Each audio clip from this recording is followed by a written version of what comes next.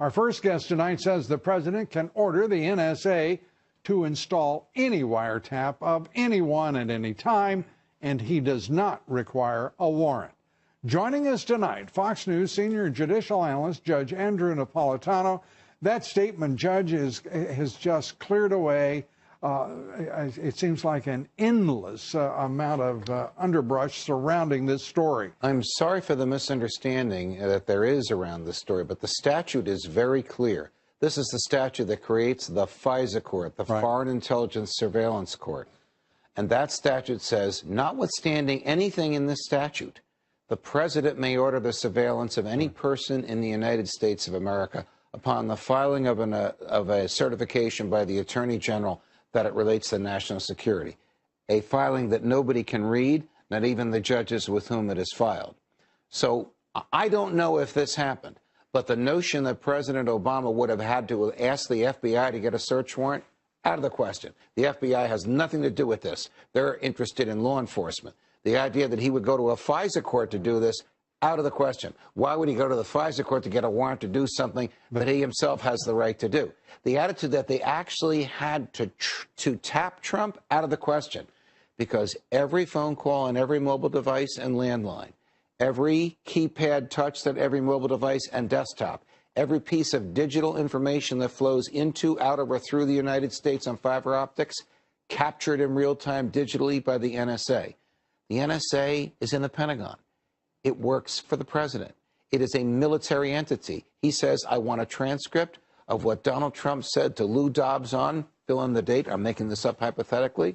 The transcript shows up on his desk. But I watched 3 days of reporting on this. Judges did, millions of people watching and listening to you right now, and they didn't hear any major news organization point that out. They also did not hear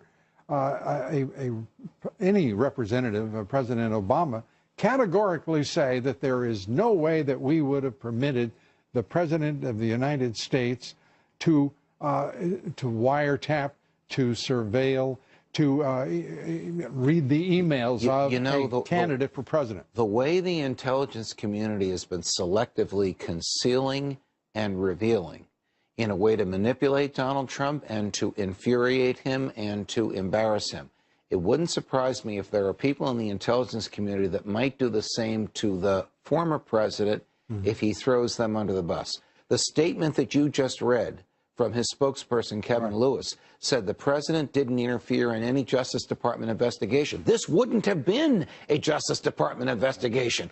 This would have been the president's idle, politically motivated curiosity as to what Donald Trump was saying to Steve Bannon, fill in the blank, whoever he was talking to, back in October. And it's hardly a coincidence, in my mind at least, that there was a FISA request by the administration in June, followed in October by the granting of one that was, the initial was unsuccessful.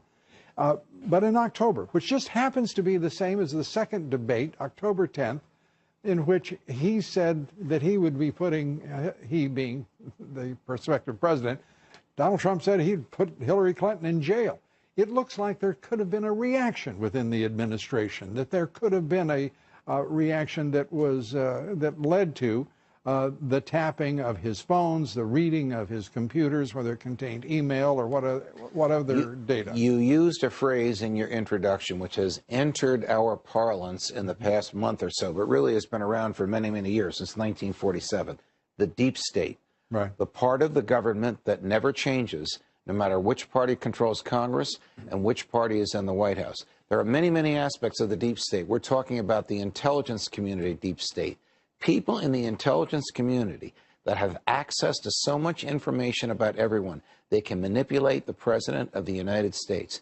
And if they don't like what he says, they can embarrass him. And if they want to control his thought patterns and decision making, they'll keep information away from him. Donald Trump has fallen victim to that, and he knows it, and he knows he has to stop it.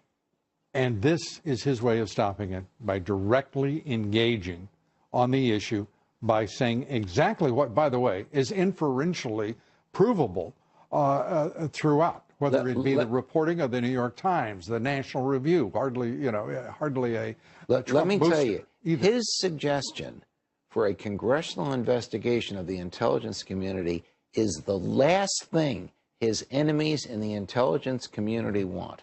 Because if the American public learns that they have access to everything we type and everything we say, they will be repulsed by the power that this deep state group has, that Congress gave them. They didn't create this on their own. Right. Congress enacted 3 pieces of legislation, which, with perverse interpretations of this legislation before a secret court, lets them gather everything we say in real time.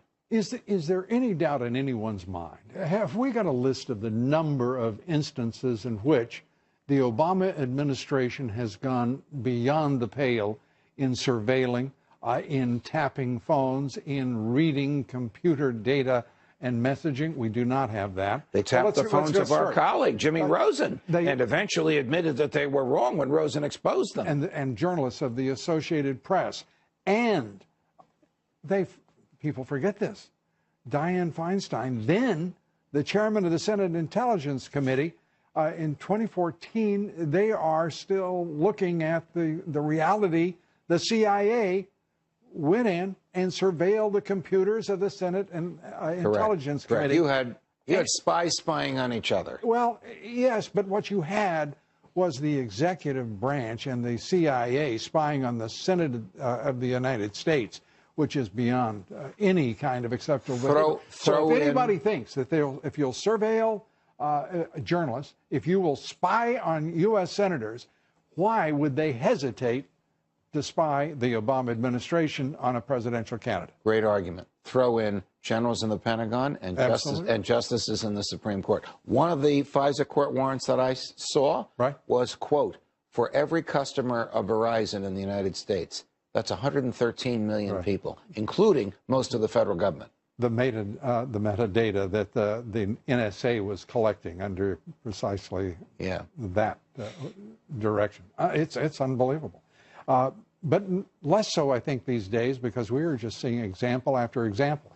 Going back to the judge's reference to the deep state, what we're looking at is a deep state that goes well beyond the intelligence community, but also now, for the first time, has in prospect the active leadership of the immediate predecessor to the Oval Office, and that is Barack Obama, who's bringing his leadership, that of many of his administration, and the Organization for Action with an estimated more than 30,000 activists. But the deep state has a very wide and shrewd adversary, the man in the Oval Office. You better believe it. The first time in the modern era that the man in the Oval Office has been an adversary of the deep state and rather than a tool of it. Absolutely. Well said, as always, Judge Andrew Napolitano. Good to have you with us. Pleasure, Lou. No matter what we talk about, it's a pleasure. There you go. Thanks so much.